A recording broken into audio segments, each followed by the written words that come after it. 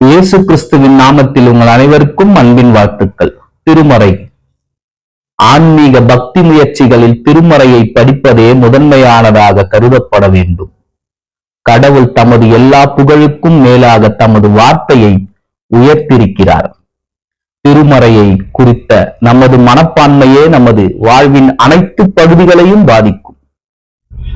ஜெபமே கிறிஸ்துவனின் மூச்சு எனப்படுவதுண்டு. ஆனால் ஜெபத்தில் நாம் கடவுளுடன் பேசுவதற்கு முன் திருமறை தியானத்தில் அவர் நம்முடன் பேச கேட்க வேண்டும். அமர்ந்திருந்து வேதத்தை ஆராய்வது அர்த்தமுள்ள ஆராதனைக்கு வழி நடத்தும். திருமறை எந்த தலைமுறைக்கும் ஏற்றது.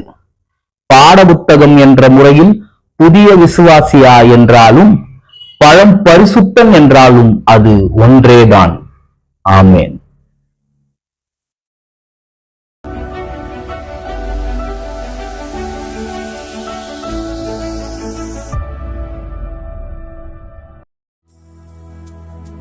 நீர் சொன்னால் எல்லாமாகும், உம் சொல்லால் என் ஜீவன் வாழும். உம் கண்கள் என்னை தேடும், நான் உடைந்தாலும் உள்ளம் வாடும்.